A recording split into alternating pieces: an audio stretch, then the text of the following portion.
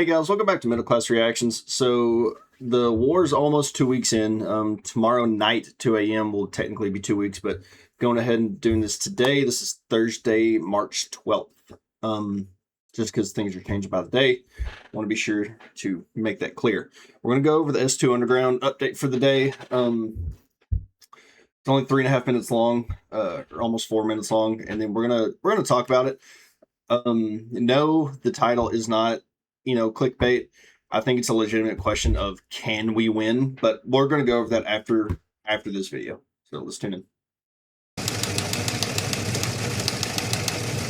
This is The Wire for 1700 Zulu, March 12th, 2026. Precedence is routine. Information cutoff is 1600. Bottom line up front. Media reports mines laid in Strait of Hormuz. Multiple ships struck by explosive boats in Persian Gulf. Threats to American homeland remain elevated. Beginning with international events, in the Persian Gulf last night, 2 tanker vessels were struck by Iranian unmanned surface vessels, or USVs. 2 explosive-laden small boats rammed into the side of 2 oil tankers that were anchored outside the port of Basra. The 2 vessels, the Zephyros and Safe Sea Vishnu, were conducting ship-to-ship operations near the Basra oil terminal when both vessels were struck by remotely controlled explosive boats. Several hours later, a 3rd vessel was struck by a drone in the southern Persian Gulf off the coast of Jebel Ali. In the Strait of Hormuz this morning, many mainstream media sources have cited closed-source reporting claiming that Iranian forces have indeed mined the strait. An estimated 10 mines have been laid, with some reports stating that potentially dozens of mines have been laid throughout the choke point. Analysts comment, "So far, there's not much we can do with off-the-record reports citing unknown sources. However, considering the concerns over the past few days, it's possible that the Iranians have laid a few strings of mines, even though doing so would likely harm their relationship with China. Where these mines are located is anyone's guess.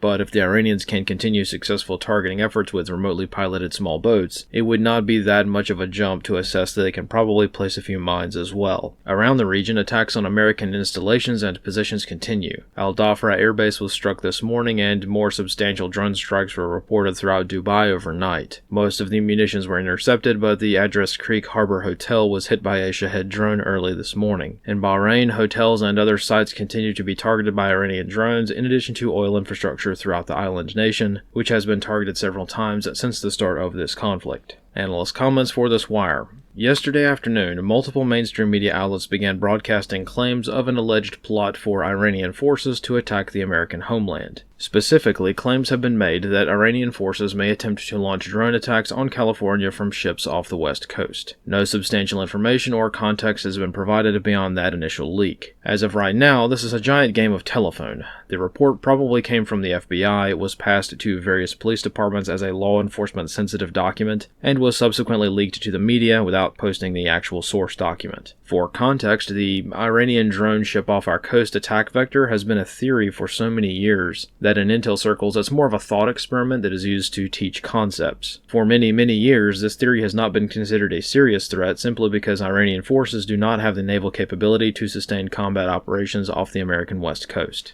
A subset of this thought experiment is the theory of some malign actor, in this case the Iranians, using containerized drone launchers concealed on board legitimate container ships, which would launch without notice. This theory is vastly more likely and has been confirmed to not just be possible but operationally effective, as demonstrated by Ukraine's Operation Spiderweb last year. However, Iran does not have the same capabilities as America-backed Ukraine, so this theory, while possible, still lies in the theoretical realm instead of a direct pending threat. Hopefully more information will come to light regarding what the threats actually are and how concerned the public should be. As of right now, this risk is no more elevated than it has been since the start of the war. Whether it be Iranian sleeper agents, opportunistic criminals, lone wolf terrorists, or a false flag incident intended to drag us deeper into the war, bullets and bombs do not discriminate in who they kill. So regardless of who's behind it, the chances of domestic threats popping up remain elevated, and constant vigilance and situational awareness is always a good idea. This concludes The Wire for 1700. Alright guys, so a few major things to go over there. I'm going to start with the drone threat in California. Like was said here in The Wire, it is more of a theory than a legitimate worry at this point. Possible, yes. I think the biggest threat to the U.S. homeland right now is honestly someone with a backpack bomb walking into a crowded stadium or, wherever, a NASCAR event, World Cup event, whatever it is that's being held here this year on U.S. soil. And clacking it off there and killing a couple hundred people. I think that's the bigger worry. Of course, I always could be wrong, but getting drones in the air close enough to U.S. soil to then actually hit the West Coast would be pretty insane to actually see happen. And when I say insane to see happen, not just the crazy aspect of it, but for them to actually be able to do it would be pretty wild just because of our military installations that are all up and down the West Coast. The moment a drone was in the air, it would be detected and we would have fighter jets in the air pretty immediately to go shoot it down. So possible, but I don't really think it's that big of a threat. Now to go to the overall, just the war in Iran, or some people are calling now a Gulf War. When I say can we win, like obviously can we keep killing their leaders by drone strikes and airstrikes? Yeah, absolutely we can. But what's winning look like?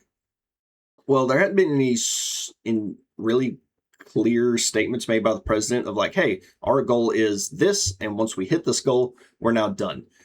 That hadn't been stated yet, so we don't really know what the end goal is. The clearest thing that came out from Trump is complete and total surrender, which, again, what's that look like? The last complete and total surrender that we've seen was in Japan, and we had to drop 2 atom bombs on Japan to do that. So, what complete and total surrender is really anyone's guess. But for Iran to win, all they have to do is survive. All they have to do is keep hitting bases, keep hitting oil refineries, and keep killing U.S. troops. That's all they have to do. And, Trump can come out and say, like, oh, we've completely obliterated their missile and their drone capabilities, but we haven't. That's just a straight up lie. One, we don't know, because we don't know where all their drone facilities are, or their missile facilities. 2, they're still launching drones and missiles. Reporting has slowed down on the amounts. I think honestly because worldwide they don't want I think Israel and the US don't want the most of the world to see how many missiles and drones are still being launched from Iran, because then it would show like, hey, this isn't going as well as we thought it would be. But you can see from leaked footage that's coming out, not all the AI slot BS, but the actual from quality channels, seeing the leaked footage that's coming out, drones and missiles aren't slowing down, if at all. Like, they might have slowed down a little, but not really. What is slowing down is the amount of missile-to-missile defense systems that we have. That is slowing down. And think when Israel and the U.S. run low on missile defense systems, all Iran has to do is hit some major target in Tel Aviv with a ballistic missile. And then this is going to look like a very different war. Now, we spent somewhere in the realm of $10 to $20 billion, 7 American lives, and God knows how many civilians are dead at this point. To keep the Ayatollah Khamenei from funding Hezbollah and Hamas, which weren't our problems. And 2, now we killed the first Ayatollah Khamenei to get the second Ayatollah Khamenei. And now, the current Ayatollah in Iran is an Ayatollah that just had his entire family killed, including his wife and daughter. His dad's dead, and whatever other surrounding family was with him, because the U.S. Not only that, it's now been confirmed that little girls' school that was struck on the opening day of the war was struck by U.S. Tomahawk missiles. 2 missiles about 40 minutes apart. One, it's hard to say that's not intentional. When you take some of the most advanced missile technology in the world and go, oh, that was an oopsie. I doubt that. Sad as that is to say, I would like to think our military is not one who would do that. But again, we did drop 2 atom bombs on civilian populations in Japan. So, wouldn't be the first time. And then the result of that. I mean, what would, for people watching this, if you have daughters, sons, nieces, nephews, whatever, sisters, your mom, what would you do if they were killed by, say, or a Mexican missile strike? Not only that, 150 people in your, the 4 neighborhoods surrounding you, 150 kids who all live in that neighborhood got killed in a Mexican missile strike. What would you do? What would you be willing to do? we're creating the next generation of terrorists for the next 100 years. And what's going to happen is when I'm old and gray and my kids are having to deal with this and Iran is screeching death to America, oh, we hate America, we're probably going to hear the same BS war propaganda of like, oh, they hate us because we're free. They just hate us because they're radical Muslims. I wonder why. Wonder why. Maybe it's because we keep killing their people. Crazy thought. Overall, I don't think this is going near as well for the United States as the government thought it would go. I really think that Trump was told by Rubio and by Hegseth that after we struck them and killed the Ayatollah, we through the Italians, we went to Iran after that happened, after the first day, and we killed their leadership and said, hey, we're open to a ceasefire. Iran said no. That means the calculation has now changed, and people need to realize this. Up until now, after the 12-day war, after every time Israel strikes them, like every other day, it seems like, leading up to this, the calculation has always been, hey, from Iran, the calculation has been, hey, we need to negotiate with the Americans because if not, we're going to get into a war with the Americans. Now the calculation has been like, okay, they've bombed us twice during good faith negotiations. They've now killed our leader. We no longer can negotiate with the Americans because they keep doing this. We have to fight them back because if not, they're going to keep doing this to us. That is a dangerous place to be at. And I've said this multiple times in videos, and I'm going to keep saying it. We killed their religious leader. If only 2% of the population of Iran wanted to become a bunch of radical jihadis, that's 1.8 million people that now hate us and want to fight us. And not only that, the Ayatollah being the religious leader, what if the Ayatollah says, hey, any Shiite Muslims in America, it's time to fight?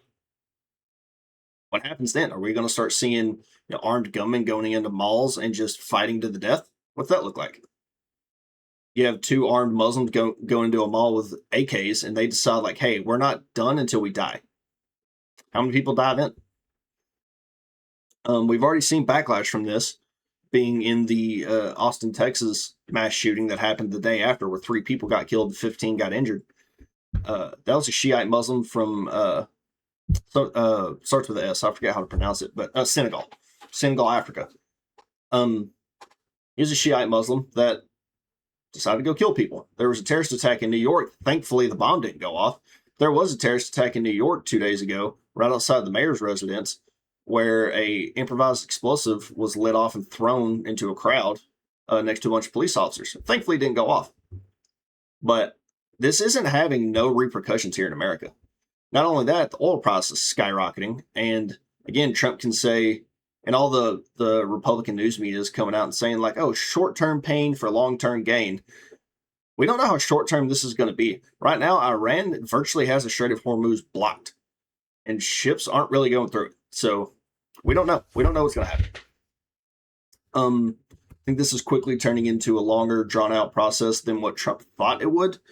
The best thing Trump could do right now, and I hope this happens, and I would happily say that I am wrong. Trump should pull everything out and say, hey, we won, we did what we wanted to do, and leave. Be the best thing that he could do. But the Iranians aren't negotiating right now. So as long as that's not happening, I think we're going to be over there. So yeah, we'll see, guys. Like, share, subscribe. Keep a watch out for new videos. I'm going to have multiple coming out. So keep a lookout. Thanks for everything, and I'll catch y'all next time. Peace.